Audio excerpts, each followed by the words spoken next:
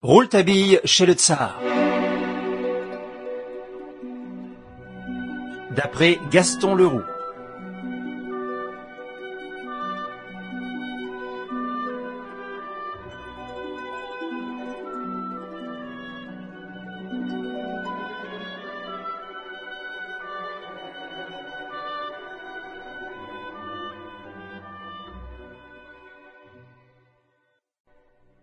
Chapitre 1.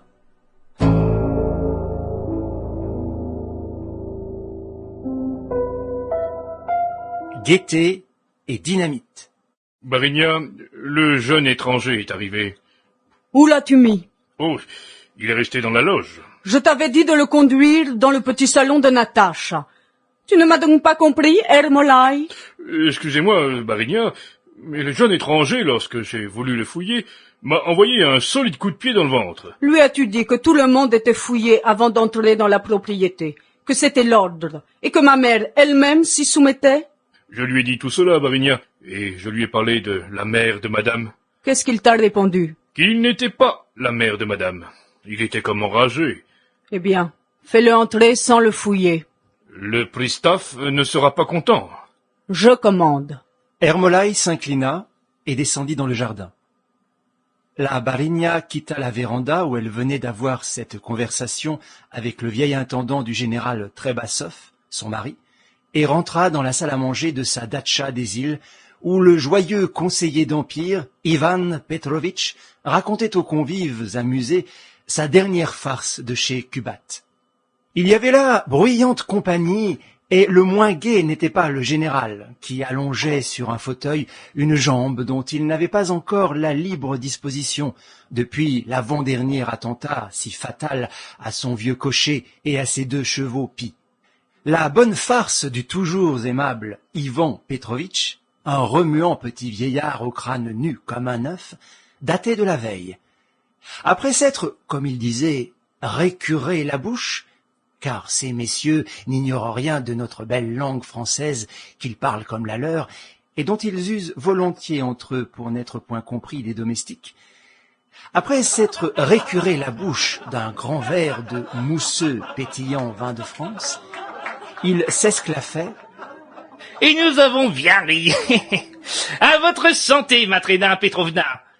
Ces dernières gracieuses paroles s'adressaient à la générale Trebassov elle-même, qui haussait les épaules aux propos insolites du gai conseiller d'Empire. « Ivan, tu n'as pas fait servir aux chevaux du champagne dans les seaux, vieux vantard !»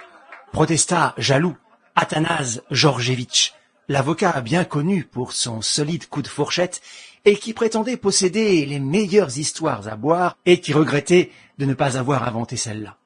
Ma parole est de première marque. J'avais gagné 4000 roubles au cercle des marchands. Je suis sorti de cette petite fête avec 50 kopecks. Mais, à l'oreille de Matrena Petrovna, s'est penché Ermolai, le fidèle intendant de campagne qui ne quitte jamais, même à la ville, son habit nankin beurre frais, sa ceinture de cuir noir et ses larges pantalons bleus et ses bottes brillantes comme des glaces, comme il sied à un intendant de campagne qui est reçu chez son maître à la ville.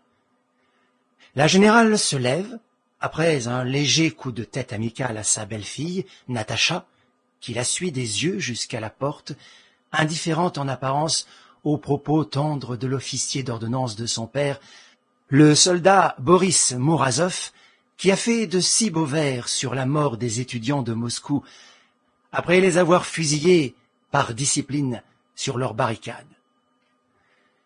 Ermolai a conduit sa maîtresse dans le grand salon, et là, il lui montre une porte qu'il a laissée entr'ouverte et qui donne dans le petit salon précédant la chambre de Natacha. « Il est là !» fait Ermolai à voix basse. Ermolai, au besoin, aurait pu se taire, car la générale eût été renseignée sur la présence d'un étranger dans le petit salon par l'attitude d'un individu au paletot marron, bordé de faux astracans, comme on en voit à tous les paletots de la police russe, ce qui fit reconnaître les agents secrets à première vue.